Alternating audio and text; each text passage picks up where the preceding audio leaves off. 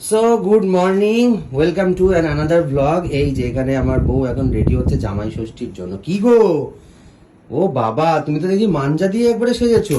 নিজে কি করেছো? জামাই তো আমি, তুমি না। আমি তো মেয়ে। হ্যাঁ তো কি হয়েছে, মেয়ে এখন বাড়ি গিয়ে কাজকর্ম করবে। চুপ করো। মানে কি সাজগোজ দিয়েছে দেখো, ওরে বাপরে। দেখি একটু ঘোরো, এদিকে ঘোরো।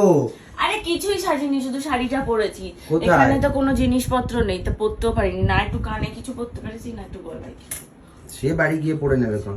আর দরকার নেই। তো চলো চলো চলো, যে বাজারপত্র গুলো বের করো।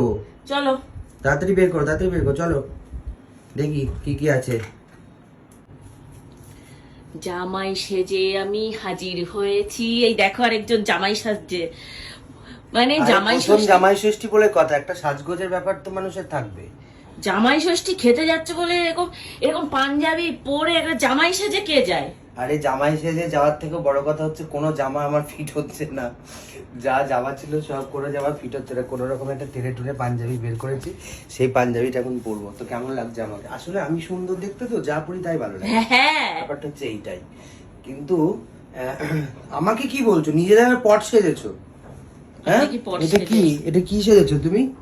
মানে দেখো, ওরে বাপ রে বাপ, মানে জামাই আমি না তুমি, এ তো বোঝা মুশকিল। তা আমি জামাই কেন হব? আমি তো মেয়ে। হ্যাঁ, বাপ রে। জামাই তোমার জন্য তো সাজতে হচ্ছে। হ্যাঁ। কিন্তু লোকে না হলে বলবে জামাই এত সেজেছে, মানে সেজেছে আর মেয়ে ভিখারির মতন এসছে। তার হ্যাঁ, জন্য তো তাহলে? আমাকে একটা শাড়ি বের করে এখন শাড়ি মাড়ি পরে বেশ দিতে করে হতো। দেখি, আয়নার সামনে আসো, দেখি দুজনকে একসাথে কেমন লাগছে। না দাঁড়াও দেখি আমার ও মা, ভালোই চিরুনিটা তো লাগছে কোথায়? দেখছি। চিরুনিটা কোথায়? কার?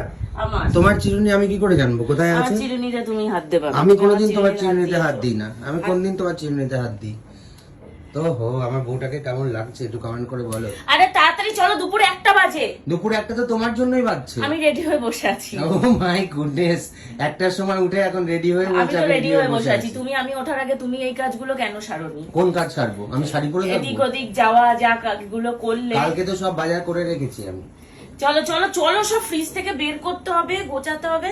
এই যে এই যে এই যে এই যে- যে শাড়িটা পরে আমার কেমন লাগছে অবশ্যই খুব comment সুন্দর করে জানাও। লাগছে, ফাটাফাটি লাগছে, ফাটাফাটি একদম পুরো হাতটা নাই- ফাঁকা লাগছে, হাতে পুরো চুল। নায়িকা লাগছে। তাড়াতাড়ি চলো না বাবা, তাড়াতাড়ি চলো। আরে তাড়াতাড়ি করলে হয় নাকি সবকিছুতে? মানে 10 বার করে ফোন আসছে, চলো। আর আমার বাবা মনে হয় পাগল হয়ে গেছে। কোথায় কোথায়? দিদি তো কালকেই চলে এসছে, দিদি টুনটুনি সব আছে, আমি নেই, তাই জন্য উনি ফোন শুরু করেছে। তুমি নেই বলে ফোন শুরু করেনি, আমাকে জামাইকে ফোন করেছে। তোমার ফোন করেছে?